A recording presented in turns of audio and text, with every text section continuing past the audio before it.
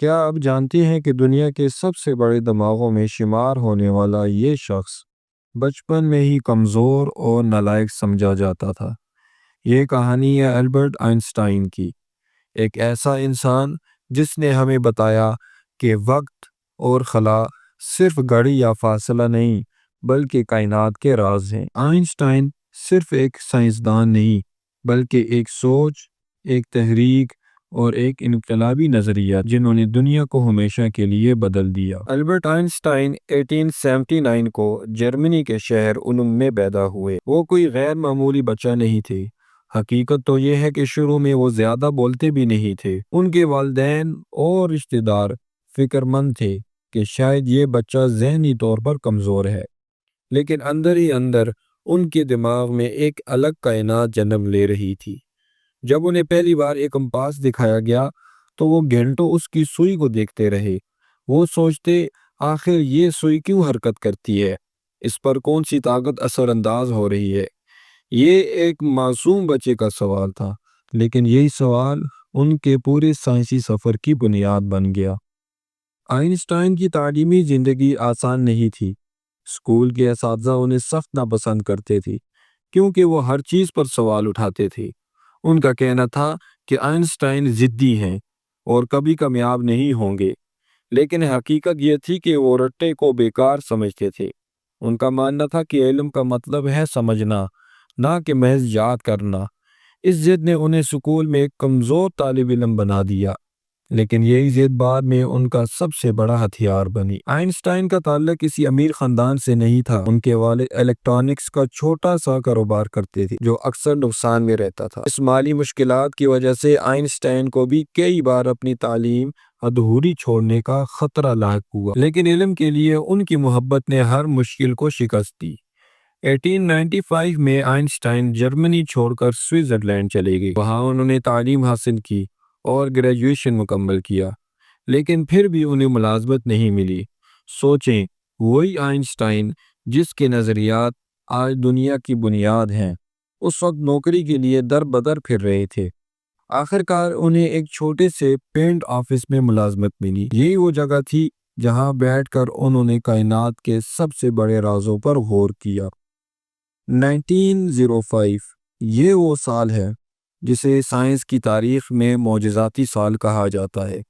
Einstein نے ایک عام کلرک کی حیثیت سے کام کرتے ہوئے صرف ایک سال میں 4 ایسے سائنسی مقالے لکھے: فوٹو الیکٹرک ایفیکٹ، جس سے آج سولر پینل تک وجود میں آئے; براؤنین موشن، جس نے ایٹمز کے وجود کو ثابت کیا; خصوصی نظریہ اضافیت، جس نے وقت اور خلا کا نیا تصور دیا; E=mc²، مشہور مساوات جس نے بتایا کہ مادہ اور توانائی دراصل ایک ہی چیز ہے۔ یہ ایسے ہی تھا کہ ایک عام ملازم اپنی ڈائری میں کائنات کا نیا نقشہ بنا ڈالے۔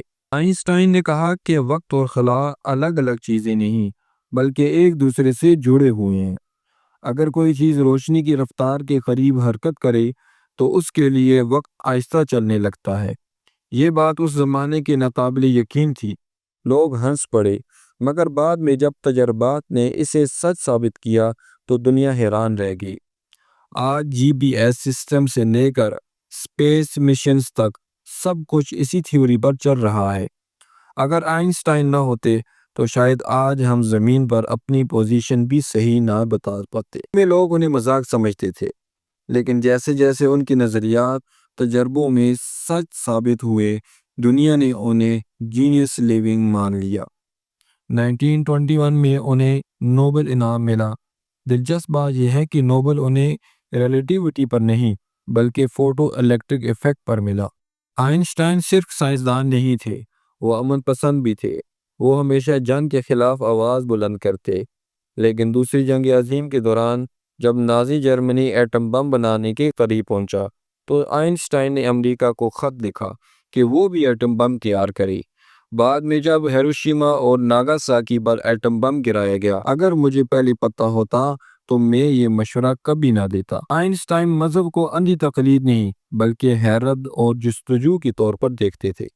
وہ کہتے تھے، سائنس کے بغیر مذہب اندھا ہے، اور مذہب کے بغیر سائنس نگڑی ہے۔ ان کے نزدیک کائنات کا مطالعہ ہی سب سے بڑی عبادت تھی۔ اپنی زندگی کے آخری دنوں میں بھی آئنسٹائن نے قلم اور کاغذ نہیں چھوڑا۔ وہ ایک یونیفائڈ تھیوری پر کام کر رہی تھی جس میں وہ کائنات کی سب طاقتوں کو ایک فارمولہ میں جمع کرنا چاہتے، لیکن یہ خواب ان کی زندگی میں پورا نہ ہو سکا۔ 1955 میں آئنسٹائن کا انتقال ہوا۔ ان کا دماغ تحقیق کے لیے محفوظ کر لیا گیا تاکہ لوگ جان سکیں کہ آخر ایک ایسا ذہن کیسے پیدا ہوا جو کائنات کو نئی آنکھوں سے دیکھنے لگا۔ آج کی دنیا میں ایٹمی توانائی، لیزر، سولر پینل، جی پی ایس، اسپیس ریسرچ، حتیٰ کہ موبائل فون تک، سب آئنسٹائن کی تحقیق کے دین ہے۔ ان کا نام صرف ایک سائنسدان کا نہیں بلکہ انسانی ذہانت کی علامت ہے۔